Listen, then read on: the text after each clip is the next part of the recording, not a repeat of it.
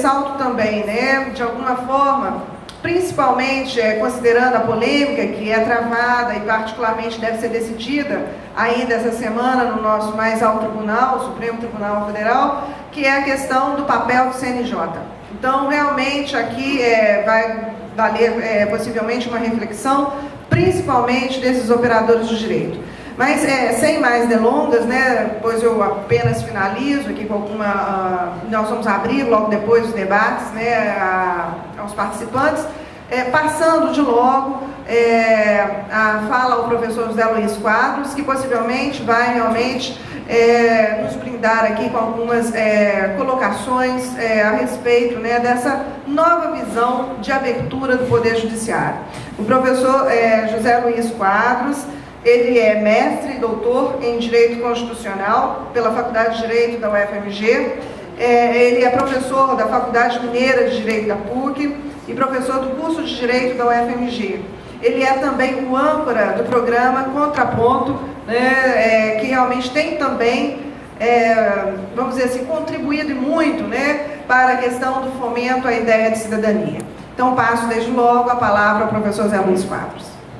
Bom, gente, boa noite a todas e todos. É um prazer estar aqui para conversar com vocês, cumprimentar a professora Wilma, cumprimentar o professor Ricardo e parabenizá-lo. Fiquei realmente... Que iniciativa, que trabalho fantástico, né, que vocês realizaram, né, no estado do Maranhão, né, e no nosso país. E realmente eu acho que a minha fala é uma fala que eu vou reduzir. Eu acho que é importante depois a gente poder dialogar mais com você, ver mais a partir do interesse do público, né, conhecer melhor essa experiência, para que essa experiência possa frutificar, né, e alcançar outros estados, porque a gente tem problemas que são problemas semelhantes pelo Brasil inteiro, né? Aqui mesmo em Belo Horizonte a gente vem sofrendo atualmente problemas gravíssimos, né, de graves desrespeitos aos direitos humanos e, obviamente, né, para variar, das populações pobres, né, que são constantemente considerados, né, como menos pessoa, como tendo menos direitos, são tratados, né, como subgente. Isso é recorrente, principalmente agora, né, que vai se aproximando essa Copa do Mundo, né, essa coisa ridícula de Copa do Mundo. A gente tem que começa a embelezar a cidade e quem vai pagar são as populações mais pobres, começam a ser despejadas, têm suas casas destruídas, seus direitos desrespeitados, onde a gente vê reeditar hoje no Brasil algo que não é novo, né, algo que vem aí desde o século XVIII, do século XIX, por exemplo, com a criminalização da pobreza, a criminalização dos movimentos sociais, né? Eu acho trágico, né, e absurdo a gente imaginar que as pessoas que têm os seus direitos constitucionais negados, né, direito à moradia, direito à saúde, direito à educação, direito à dignidade, né, essas pessoas que então lutam por seus direitos constitucionais são tratados como bandidos, né, recebem cacetadas, são presos, recebem repressão policial, em algo que se repete no estado de Minas Gerais, como em outros aspectos.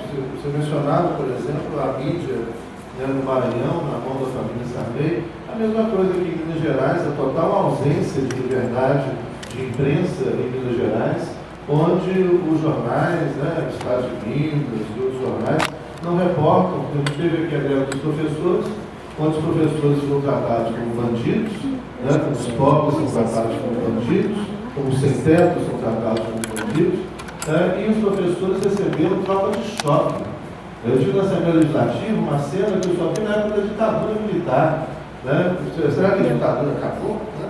A gente vê o que a gente viu na Praça da Liberdade, uma festa no Palácio da Liberdade, reunindo ali alguns patrocinadores, milionários, políticos, né, o governador com seus assessores, etc., patrocinadores, representantes da FIFA, cercados de polícia, né, para protegê-los, e do lado de fora a polícia batendo nos professores e nos cidadãos mineiros. Não teve uma cena no Estado de Minas, não teve uma notícia na Rede Globo ou no SBT, não teve nada disso, mas felizmente tem hoje né, uma mídia alternativa que começa muito a incomodar essa mídia oficial. Né? Hoje a censura, a falta de liberdade de imprensa, ela vem por parte dos proprietários da grande mídia. Né? Isso não só no Brasil, no mundo inteiro. Né? Mas felizmente a gente tem começado a ocupar brechas, né, ou espaços de liberdade, né, por enquanto, que é a internet, os blogs, né, e uma coisa que eu coloco, eu tenho um blog, até queria convidar depois para visitar o meu blog, né, a TV comunitária da qual eu faço parte, né, mas a gente tem público restrito, né, não temos sinal aberto, né, e não temos patrocinadores, né, então, obviamente, por que não tem sinal aberto? Uma pergunta a ser feita: por que a TV comunitária de Belo Horizonte, são 90 TVs comunitárias no Brasil, por que as TVs comunitárias não têm sinal aberto? Né? Por que só algumas poucas televisões têm sinal aberto? Então, mas essas brechas que têm ocorrido, né, que são espaços, obviamente, extremamente controlados, não vamos imaginar que esse espaço das redes sociais, né, o Facebook e blog, etc., são espaços ultra controlados, mas são espaços que o próprio sistema não pode ainda proibir, porque seria uma contradição com a própria lógica do discurso de liberdade que esse sistema põe. Mas a gente está num momento muito especial da história da humanidade. Outro dia eu ouvi uma palestra do Frei Beto. O Frei Beto ele resumiu com muita felicidade, em poucas palavras, o momento que a gente está vivendo. Ele dizia que muitas gerações viveram épocas de mudança. E, obviamente, a gente vive uma época de mudança rápida, constante, diária, mudança do campo da tecnologia, que repercute no campo do trabalho, da família, dos valores sociais, etc. Mas são poucas as gerações que viveram uma mudança de época. E o que a gente está vivendo hoje, além de uma época de mudança, é uma mudança de época. Nós estamos vivendo uma mudança de paradigma. Essa sociedade que a gente conhece, ela está chegando ao fim, né? Ela se esgota. A modernidade que começou em 1492, simbolicamente, ela está acabando e suas instituições, né, estão e precisam e vão ser reformadas. E eu acho que esse exemplo que vem do Maranhão é muito interessante. A força que os movimentos sociais, que a população tem e que as pessoas aos poucos vão descobrindo, né, no mundo inteiro, né, de um mundo de extremas injustiças, né, que se justificam por ideologias, né, de rebaixamento, de desconsideração do outro como uma pessoa igual. Eu acredito hoje, mais do que nunca, que o futuro está na sociedade organizada, nos movimentos sociais. São os movimentos sociais a essência da democracia. Na minha fala, eu tinha colocado aqui alguns aspectos, seriam alguns aspectos teóricos e institucionais e algumas reflexões a respeito dessa estrutura das instituições do Estado constitucional moderno. Vou fazer isso em breves palavras, para não cansá-los, mas eu acho que também uma coisa que é muito importante e que eu tenho procurado sempre fazer. Eu sou um professor militante, né, dos direitos humanos há muitos anos, e é muito importante para que a gente tenha efetividade, né, do que a gente está fazendo, e de certa forma uma permanência, uma conquista, né, de uma nova sociedade, completamente diferente dessa que está aí, que a gente saiba sempre juntar, né, teoria e prática. E principalmente que a gente consiga enxergar cada vez as estruturas dessa realidade do direito, do Estado, dessa realidade social e econômica que está aí. Principalmente num momento que é um momento de muita... obviamente todo o poder, né, na história da humanidade, todo o poder para se manter enquanto poder, para se manter no poder, ele necessita de uma justificativa. Ou seja, o poder necessita construir uma explicação para que ele permaneça no poder. E principalmente ele precisa que as pessoas acreditem nessa justificativa que o poder constrói para que esse poder seja obedecido e permaneça. E o poder acaba quando essa justificativa não é mais aceita pela população. Se a gente pegar, por exemplo, a última grande crise, né, a crise do feudalismo, que dá origem à modernidade, na qual nós estamos, né, mergulhados até a cabeça, representou uma crise de justificativa, onde finalmente as pessoas, depois de séculos de opressão, aqueles servos que trabalhavam, enquanto os nobres não faziam nada, daí tiravam tudo toda a produção do trabalho deles, de repente a ficha caiu. E quando a ficha cai, ninguém segura. E aí a ficha caiu e fala, olha, eu estou aqui trabalhando, e não tenho direito, né, ao que eu produzo, não tenho direito à minha casa, não tenho direito à minha família, não tenho direito à minha liberdade. E essas pessoas então falam, olha, basta desse poder. Mas aí vem outro poder e outras justificativas são construídas. Né? No poder contemporâneo, por exemplo, a gente tem, outro dia eu guardei uma revista de uns 2 anos atrás, talvez 1 ano e meio atrás, aquela revista Exame, Economia, né? Coisa assim. Na capa da revista Exame tinha lá o retrato de 3 homens de meia idade, né? Seus 50 anos de idade, tudo isso, engravatados, com um sorriso até a orelha, muito feliz. Eu também estaria muito feliz, não sei, talvez não. E a capa da revista estava assim, os 3 novos bilionários brasileiros. E a gente abria a revista, começava a ler, olha, hoje o Brasil, olha só, orgulho, isso é uma coisa maravilhosa, o Brasil hoje tem 40 bilionários. Isso é absolutamente sensacional. Eu estou sendo irônico, né? Porque outro dia eu fiz uma palestra, fui brincar assim, aí me chamaram de fascista. Eu sou fascista, eu falei, não, eu estou brincando, gente, eu estou sendo irônico. Então agora eu anuncio, vou dar para aqui, estou sendo irônico. Isso é absolutamente sensacional. Tem 40 bilionários no Brasil. A gente tem a maior frota de helicópteros particulares no município de São Paulo e a segunda maior frota de jatinhos particulares do mundo, depois dos Estados Unidos. Isso nos orgulha, né? E a gente imagina, olha, qual é a justificativa que sustenta essa absoluta insanidade? Porque eu fico imaginando que talvez aos 50 anos, eu acho que não dura mais do que isso, eu acho que vai ser muito antes, mas daqui a uns 50 anos, daqui a uns 100 anos, né, quando as futuras gerações forem ler, né, sobre a nossa sociedade contemporânea e forem ler isso, olha, existia uma revista que tinha a coragem de colocar na banca de jornal o retrato dos 3 novos bilionários e na sua reportagem comemorava que o país tinha 40 bilionários, como é que nós estávamos entrando no primeiro mundo. O que é uma absoluta insanidade quando a gente imagina a quantidade de pessoas miseráveis, a quantidade de pessoas que não conseguem comer, não ter uma refeição digna durante o dia, né, dentro dessa... Ou seja, o que justifica isso?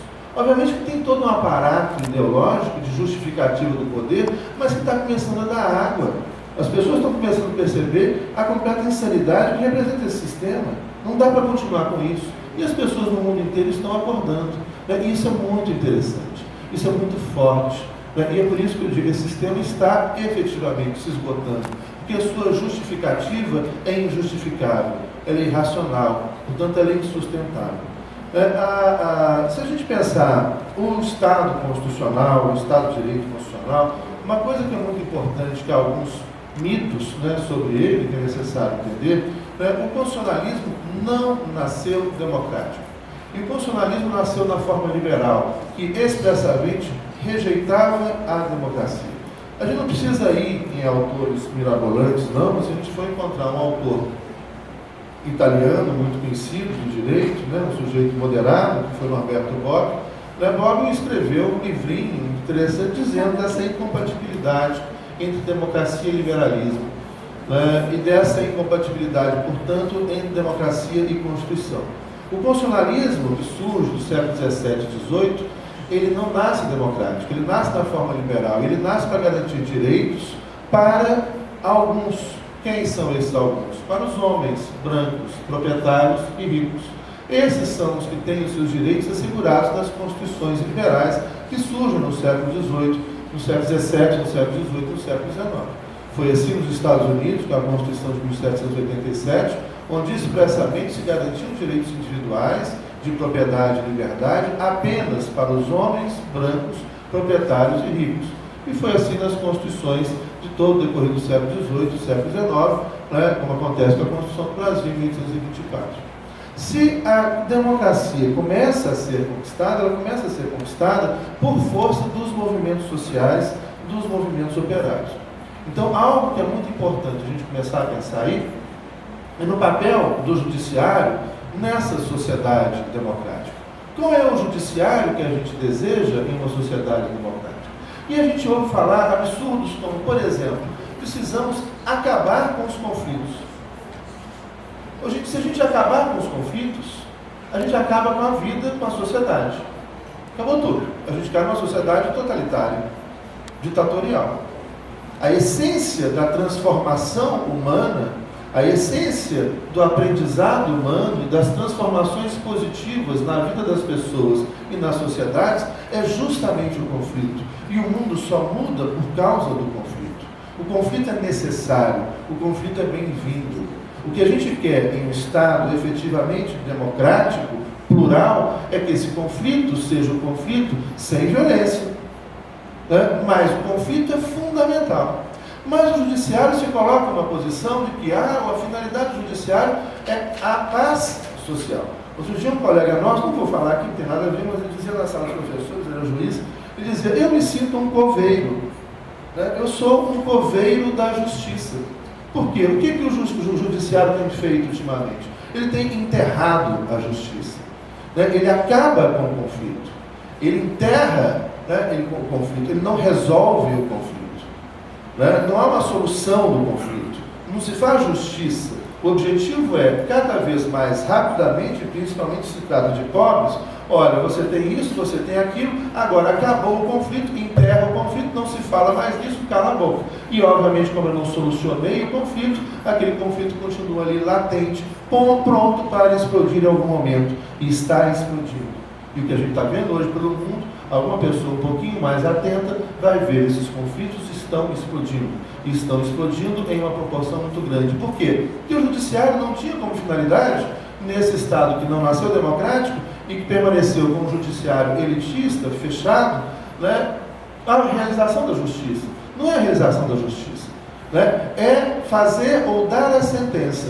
Eu dou a sentença, acabo ou suspendo, porque eu não acabo com o conflito, suspendo o conflito e digo agora você não pode mais permanecer o conflito, cada um na sua agora, né? Pronto, acabou. Daí que esse nosso colega disse de uma forma muito, eu achei muito interessante isso.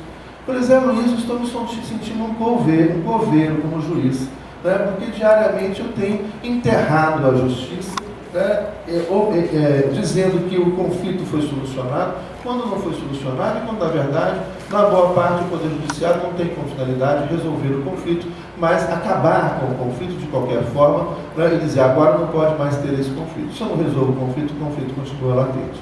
Olha, esse Estado que não começou democrático e só se democratiza por causa dos movimentos operários, por causa dos movimentos sociais, e o mundo e a humanidade só mudou por causa dos movimentos sociais, né? Esse Estado que começa a se democratizar no século XIX, ele vai custar para se democratizar.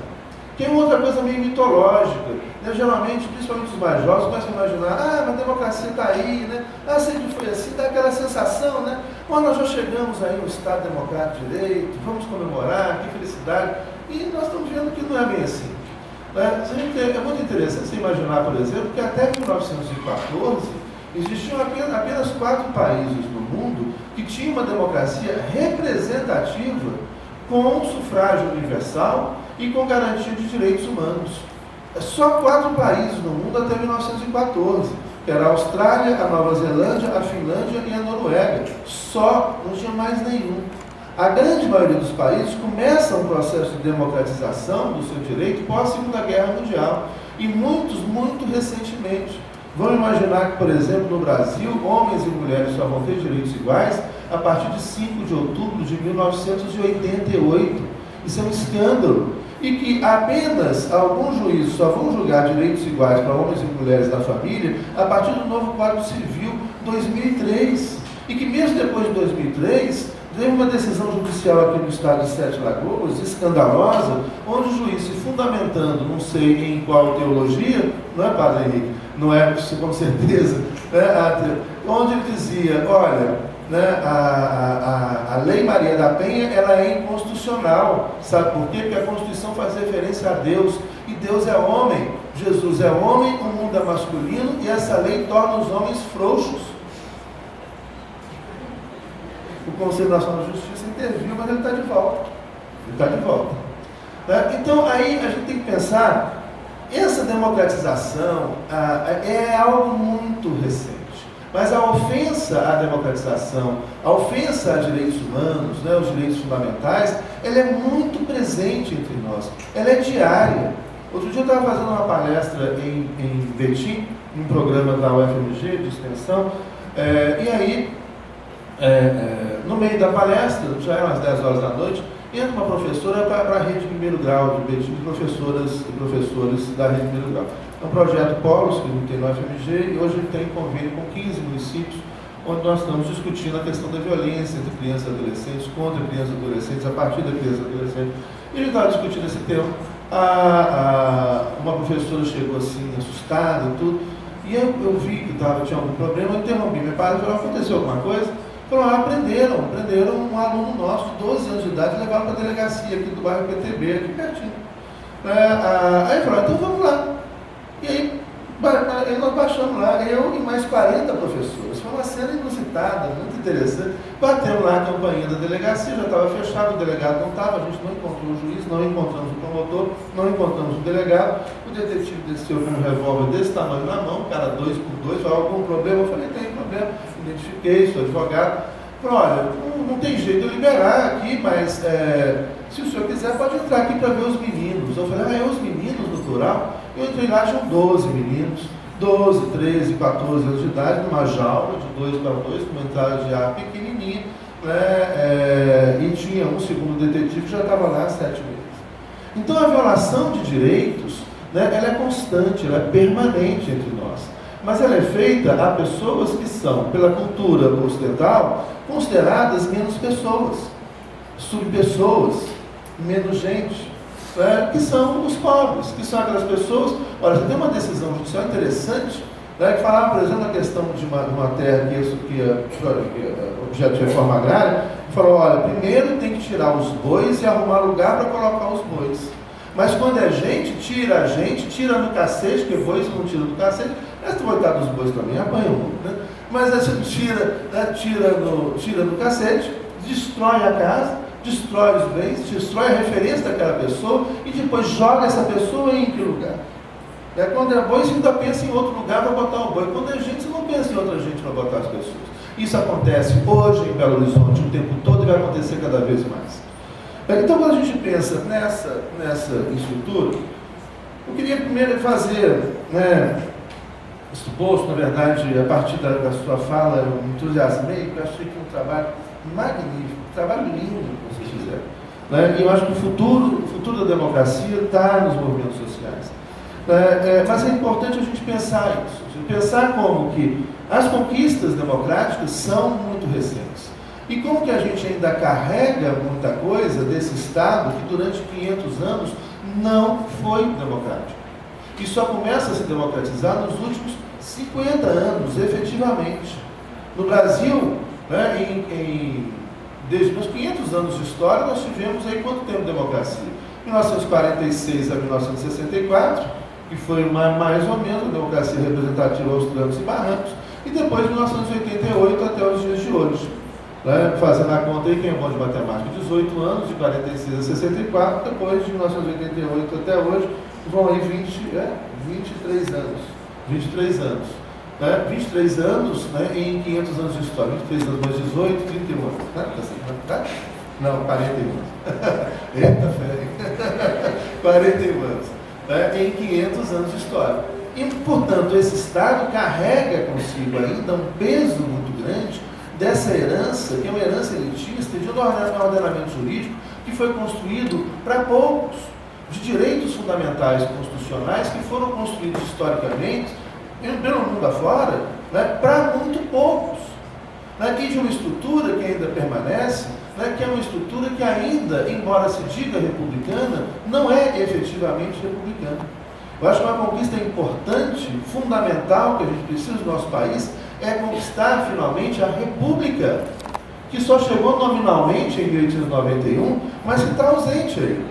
É muito interessante a gente pensar os simbolismos do poder, como que na nossa República, o governador do estado de Minas Gerais tem 3 palácios.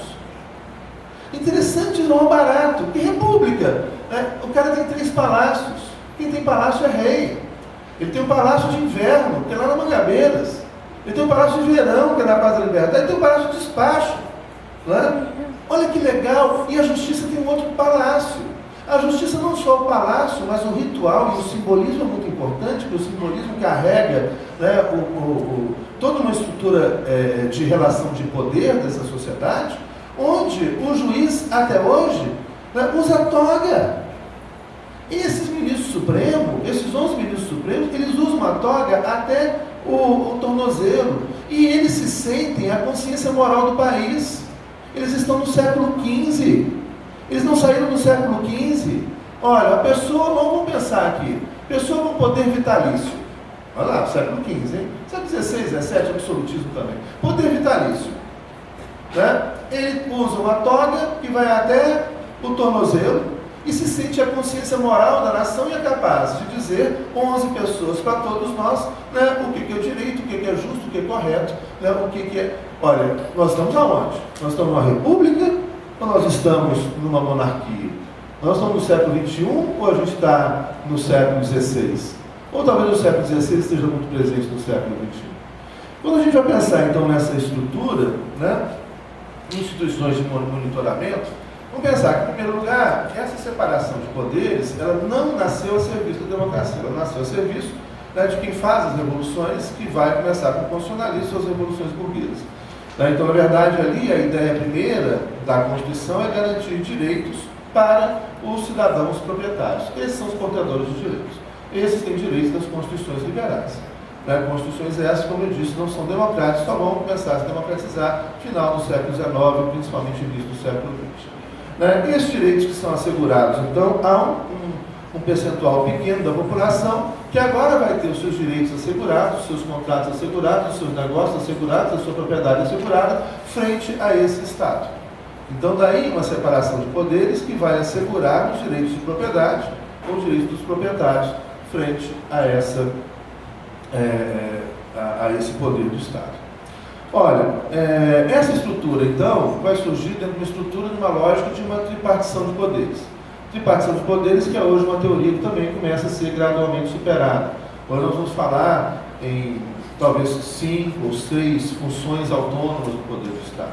Recentemente, com a Constituição brasileira, a gente teve um avanço muito interessante, né, que foi a criação de um poder autônomo de fiscalização dos outros poderes. Esse poder autônomo de fiscalização, que se constitui em um poder do Estado autônomo, que é o Ministério Público, né, vai ser um avanço importante, interessante na estrutura dos poderes no Brasil. A gente pode dizer que no Brasil nós temos 4 poderes, embora a Constituição expressamente reconheça 3, mas conceda uma autonomia de poder a esse 4º poder, que é o Ministério Público.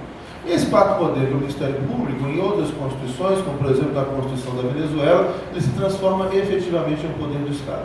Então você cria uma estrutura autônoma de poder para fiscalizar os outros poderes e fiscalizar a legalidade e a constitucionalidade da ação dos outros poderes. Vai ser chamado então poder de fiscalização, ou na Venezuela a Fiscalia General, que são os tribunais de contas e o Ministério Público que fiscalizam a legalidade e a constitucionalidade na ação do Judiciário, do Executivo e do Legislativo. Mas aí tem um problema, né? A gente continua tendo um problema, por quê? Essa estrutura ainda é uma estrutura fechada. O acesso a esse poder do Estado, o acesso ao Ministério Público, ainda é um acesso pouco democratizado. Embora, obviamente, com relação ao que nós tínhamos antes, nós tivemos avanços muito grandes. Ou seja, nós saímos, então, no Brasil, por exemplo, de uma nomeação de juízes, pelo chefe do executivo, que acontecia com relação aos governadores ou o presidente que nomeava o juiz. Nos Estados Unidos, até hoje, os juízes federais são nomeados pelo presidente da República, o que obviamente representa que você tem um judiciário sem nenhuma autonomia frente ao poder executivo. Até hoje, o presidente da República nomeia o juiz dos Estados Unidos. Aqui a gente conquistou o concurso público. Mas aí tem outros aspectos que é necessário a gente discutir. Então, além disso, você tem outros estados, a gente pode falar de uma função, hoje, uma função administrativa, autônoma, uma função de governo, uma função legislativa, ordinária, uma função legislativa, constitucional, uma função jurisdicional, que é a função judiciária, uma função de fiscalização, que são funções onde a gente poderia localizar enquanto funções autônomas do Estado, 6 ou 7 funções autônomas. Então, o Estado vai ganhando em complexidade, mas vai ganhando em mecanismos também de fiscalização entre esses poderes. Agora, o desafio maior que se coloca é que esse Estado ele não pode ser, ou continuar sendo como está, um Estado fechado, ou seja, não pode continuar mantendo essa dicotomia Estado-sociedade civil. Né? Essa dicotomia ela não é boa e ela necessita ser superada. Ou seja, o Estado precisa se abrir cada vez mais à sociedade civil. E a sociedade civil precisa assumir cada vez mais essas estruturas do Estado. Ou seja, esse Estado não pode continuar imaginando que ele é mais do que o cidadão ou mais do que a sociedade civil. Mas, ao contrário, né, dentro de uma perspectiva republicana, o Estado e as pessoas que se encontram no Estado, os juízes, promotores, presidente da República, o governador, o prefeito, o vereador, o deputado estadual, o deputado federal, os servidores públicos, eles existem para servir a cada um desses cidadãos. Né? Eles servem a esses cidadãos. Quem é dono do poder, quem é dono do Estado em uma democracia, são todos esses cidadãos. São esses cidadãos que são escorraçados, desalojados, né, presos, torturados, etc. Eles são os donos do Estado. Então a gente precisa efetivamente, urgentemente, ao lado de tudo isso, ao lado desses movimentos que é um movimento de mudança de cultura. O que vocês fizeram no Maranhão é lindo, porque vocês estão mudando cultura. Vocês estão mostrando para o judiciário que o judiciário deve obediência à cidadania. Que o judiciário é o órgão que deve servir aos cidadãos, e não ao contrário. Né? Não são nobres, não são deuses, né? Mas são servidores dos cidadãos. E quando os servidores se organizam e fiscalizam, vão dizer: você tem que cumprir a lei, você está aí para me servir, você está aí para fazer justiça. E fazer justiça não é dizer o que você acha de justiça, não, né? Mas é o que a sociedade pensa sobre o que é justiça. Você tem que dizer o que é o que a sociedade entende por justiça, e o que é o sistema jurídico constitucional que vai dizer o que é esse conceito de justiça. E não da cabeça dele, porque ele não é nenhum Deus, né? Não é nenhum nobre. E a primeira coisa simbólica que a gente precisa fazer é tirar essa toga. Né? A partir daí a gente pode discutir alguns instrumentos que podem auxiliar nesse processo de desconstrução de uma cultura monárquica muito presente no nosso país, não só no nosso país. Não é só aqui que os juízes usam toga, né? Mas de desconstruir essa cultura monárquica e construir uma cultura efetivamente republicana. A primeira coisa que a gente pode começar a pensar, lembrando que aí você tem criação de órgãos de fiscalização, mas que muitas vezes podem cair nessas mesmas armadilhas, como o Ministério Público, a criação do CNJ, o professor Wilber disse que foi muito importante, ele pode ter alguns questionamentos com relação à estrutura constitucional e o papel do CNJ, mas tem intervenções muito importantes, inclusive, né, no Estado do Maranhão, as corregedorias, a publicidade dos argumentos utilizados nas decisões, isso também tem sido muito importante. A TV do Judiciário, como um canal aberto, a TV Justiça, a transmissão das reuniões do STF, a transmissão das reuniões do STJ, dos tribunais superiores, dos tribunais estaduais, da transparência e visibilidade, porque aquele argumento agora utilizado, ele é um argumento que ganha publicidade, as pessoas têm que saber do argumento, e o juiz tem a obrigação de escrever algo que o povo entende, né? Senão a gente volta à Idade Média, é muito interessante isso, né? Se a gente está na Idade Média, os juízes ingleses, eles decidiam em francês, e o povo inglês falava inglês. É muito interessante isso, eles decidiam para o povo não entender, porque afinal de contas não estavam decidindo para o povo. Vai ler, pega um leigo para ler uma decisão judicial, né? Pega uma pessoa do povo, né? Para ler uma decisão judicial. Olha, ele é obrigado a escrever um português que o povo entende, né? E o idioma pertence ao povo, né? O idioma não pertence a meia dúzia de ilustrados, que é outra coisa também simbólica que a gente precisa, né, nessa tomada de poder fazer. O idioma nos pertence, o idioma não vai ser um símbolo de opressão, né? Onde meia dúzia fala aquele português corretinho, né, maravilhoso, que está na decisão judicial e que as pessoas não entendem, né? Ali são juízes que estão servindo ao povo e tem que falar a linguagem do povo e tem que decidir de acordo com o que o povo entenda, né? Isso tem que estar na televisão. Uma coisa que tem falado permanentemente era: fotografem tudo, filmem tudo, divulguem tudo, o tempo todo. Hoje a gente pode fazer isso, né? O YouTube é uma arma fantástica a serviço da democracia. Filmem tudo, fotografem tudo que vocês verem de errado, filmem, fotografem e coloquem no YouTube, divulguem, né? É assim que a gente vai começar a mudar, né, esse jogo que já está começando a mudar. Uma coisa importante que a gente tem que pensar: mandatos para os juízes dos tribunais superiores. Né? Os juízes vão para os tribunais superiores e permanecem ali até a sua aposentadoria. Tem que ter mandato. Né? O juiz vai lá, fica 2 anos, volta, vão outros juízes. Mandato para os tribunais superiores. Mandato para os juízes do Supremo Tribunal Federal. Né? As cortes constitucionais europeias, todas elas têm mandato. Nós copiamos o sistema norte-americano, os juízes são vitalícios, não é um bom sistema. Né? Então, se pegar a Corte Constitucional Francesa, a Corte Constitucional Espanhola, a Corte Constitucional Alemã, você tem mandatos de 9 anos, mandatos de 12 anos, e o revezamento de 3 em 3 anos. Na França, por exemplo, de 3 em 3 anos muda 1/3 da Corte Constitucional. Né? Mudar a forma de escolha. No Brasil, por exemplo, a STF é escolhido pelo Presidente da República, com a aprovação do Senado. Então, a gente pode colocar aí a sociedade civil participando dessa escolha, né? O OAB participando dessa escolha, o Ministério Público participando dessa escolha, o próprio Judiciário participando dessa escolha, né? Os representantes do povo, o Legislativo participando dessa escolha, como acontece, por exemplo, em Portugal, na Alemanha. Então, mudar a forma de escolha. Né? Talvez algo que está ocorrendo na Bolívia, que é absolutamente sensacional. A Bolívia está na ponta dos processos de transformação democrática hoje no mundo. Né? Eleição de juízes com cotas para representações étnicas, né? Cotas para representações de grupos sociais distintos, cotas para representação de interesses da sociedade, presentes na sociedade distintos. Então você pode ter o quê? Uma cota para juízas mulheres, cotas para juízes homossexuais, cotas para juízes representantes dos afrodescendentes, cotas para juízes representantes dos indígenas, cotas para... É o que a Bolívia está fazendo, que é absolutamente sensacional. Desmistificar esse poder, né, que se acha um poder monárquico, meio acima do bem e do mal. Né? É muito interessante a gente pegar algumas decisões, algumas manifestações, mesmo algumas pesquisas com relação ao Poder Judiciário. Né? Alguns juízes se declaram pessoas especiais, pessoas escolhidas, pessoas superiores.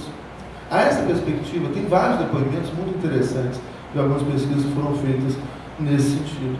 Então, mandato para os tribunais superiores, eu acho que é interessante, mandato para o STF é interessante, mudar a forma de escolha, rotatividade para os juízes, inamovibilidade do juiz é uma garantia, é importante, mas inamovibilidade não contradiz a ideia de rotatividade. Então, o juiz está naquela comarca, fica 2 anos, vai para outra comarca, fica 2 anos, vai para outra comarca. Essa rotatividade é muito importante, porque senão ele vai chegar lá, fica amigo do prefeito, do fazendeiro, vai comer churrasco na casa do fazendeiro, etc. E aí começa todo aquele comprometimento.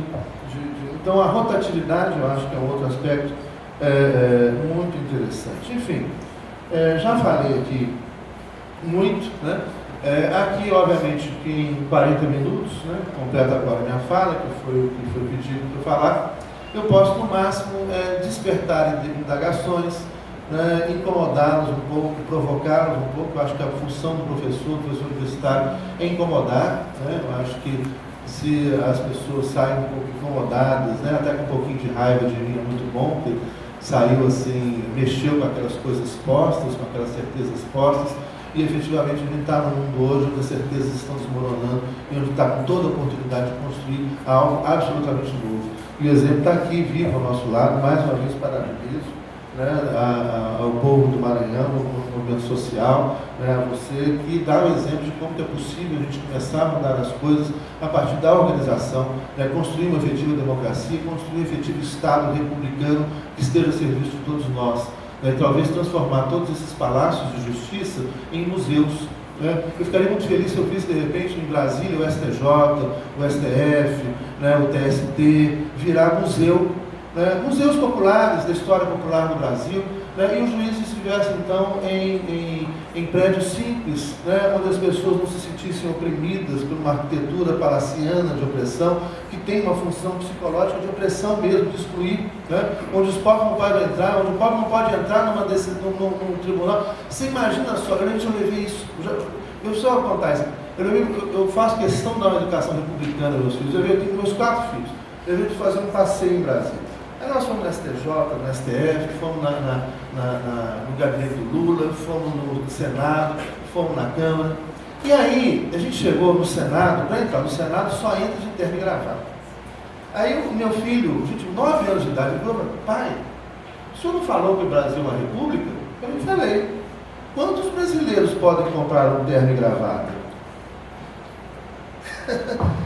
Olha que coisa coisa mais ridícula. Para você ir na casa de representação popular, você só entra de terno e gravata. Uma pessoa de sandália havaiana não entra num tribunal, não entra no STJ, não entra não. Se não tiver um dinheiro para comprar um sapato e uma gravata, ele não entra no STF. Esse simbolismo é muito importante, gente. Esses caras estão na monarquia. Eles estão no século XVI, a gente precisa trazê-los para o século XXI, urgente. Nós precisamos construir uma república no Brasil, urgente. E esse simbolismo é muito importante, sim. Quero uma justiça de pé no chão, com sandália havaiana, mas que faça justiça. Que seja uma justiça popular, que seja uma justiça de todo mundo.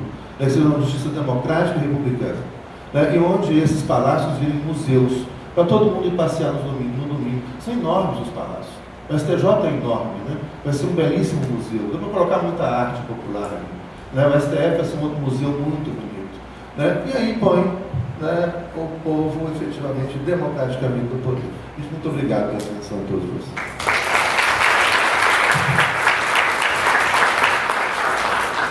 Bom, dando continuidade aí à nossa ordem da composição desses trabalhos, vou só pontuar aqui, e os meus alunos que me conhecem, meus queridos alunos, sabem que é com muito esforço que eu faço isso, porque eu gosto de falar pouco, Então eu vou tentar aqui só pontuar duas coisas que eu achei muito interessantes.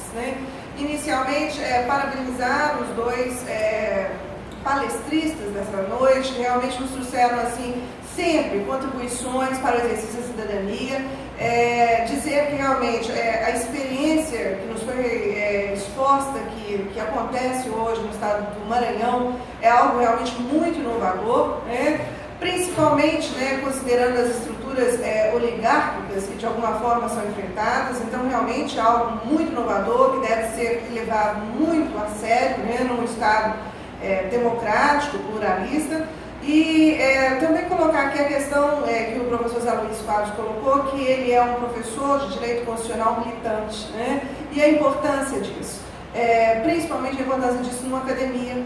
Então, tanto que é importante a gente conseguir, que foi mais ou menos algo que eu controlei no início, fazer com que a academia utilize os espaços que lhe são afetos para a produção da cidadania. Então isso realmente é louvável, novamente aqui elogio a produção desse seminário, novamente a participação, a ideia desse seminário pela professora Raquel, pelo professor Robson. Realmente eu acho que é por aqui que nós estamos construindo a ideia de cidadania. Só pegando ali um gancho na fala do professor Zé Luiz, a questão que deve ser muito considerada hoje, que é a questão do domínio da linguagem. Então, até que ponto esse domínio da linguagem não é realmente um domínio de império. E isso, de alguma forma, nos foi apresentado pelo direito romano, com a questão do latim, e com a questão das estradas também, que é a questão arquitetônica, e também nos foi apresentado no início da formação do Estado norte-americano, com também a política dos caminhoneiros, que descem ali a América, e o domínio da linguagem, no caso, o inglês. Então, realmente, a gente tem que tentar fazer com que esses processos sejam processos claros, onde se identifique a questão, a possibilidade de um certo domínio. E que dentro dessa ideia de domínio, que a gente dê espaço à formação das minorias. Nós não podemos fazer um Estado calcado em ideias, como são as ideias de representatividade, inicialmente construídas a partir de uma visão de uma facção na Revolução Francesa, de Girondinos, e que, na verdade, hoje não mais alcançam toda a visão de uma sociedade hoje, que é uma sociedade que pressupõe a identificação de setores minoritários e que merecem terem a participação na linguagem que é dita no país. E outra questão que foi colocada também pelo Ricarte aqui, que eu achei muito interessante, que valeria outra palestra, seria muito interessante, a questão das organizações internacionais. Então, qual é o papel das organizações internacionais na defesa desses direitos humanos, o que é muito importante, principalmente considerando hoje a possibilidade de aceitação do cidadão como parte legítima para a denúncia a violações de direitos humanos no plano internacional. Acho que nós temos dois, vamos dizer, órgãos da soberania importantíssimos que foram abordados hoje nesse seminário e que foram, de alguma forma, criticados, e essa crítica não é uma crítica maléfica, é uma crítica construtiva, que é a questão do Ministério Público e da magistratura, que são dois órgãos da soberania e que merecem ser prestigiados, mas serem prestigiados de acordo com a função que lhes é inerente, ou seja, são órgãos da cidadania, tanto o Ministério Público quanto a magistratura. Então, importantíssimos em qualquer sociedade que se pretenda democrática e que têm que ser utilizados para o fim que foram previstos, e previstos constitucionalmente.